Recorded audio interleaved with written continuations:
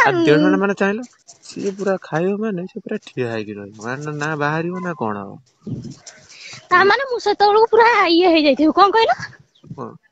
ଜାଣି ତ ବୁଢୀ ଲୋକ ଇଏ ଯୋଉ ଶୀତ ହଉଛି ମୁଁ ଆଉ ନଥେବି ବୋଧେ।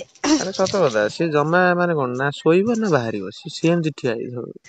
ମତେ ବିରକ୍ତିଆ ଲାଗିବନି ଯେତେ ମାରିବା କଥା ମାରିବ। ଆଁ ଯେତେ ପୁରେଇକି ମାନେ ପୁରେଇକି କଷିବା କଥା କଷିବ ଟୋକି ପୁରା ଛିନ୍ ଛିନ୍ ବାଜିବ ଲାଷ୍ଟକୁ। ଛି ଆଉ କଣ ମରିଯିବନି ସେ ଗୋଟେ। ବିରକ୍ତିଆ ଲାଗିବ ସେଗୁରା ଛି ଯୋଉ 2 ମିନିଟ୍ ଅଛି ଠିକ୍।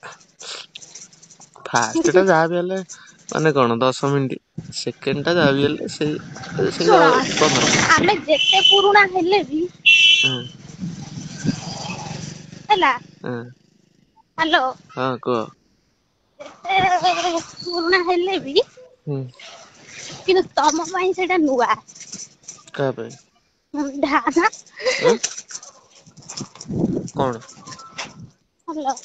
ମାନେ ତମର ଯେତେ ପୁରୁଣା ହେଲେ ବି ମୋ ପାଇଁ ନୂଆ ତ ନା କଣ କହୁଛ? ହଁ। ହଁ। ଆଉ ଶୁଣ ଆମ ପାଇଁ ସେ ଯେତେ ନୂଆ ଯୋଉ ପୁରୁଣା ହେଲେ ବି ହଁ। ଶୁଣ ମାନେ ସତ କଥାଟା କହୁଛି। ହଁ। ସିଏ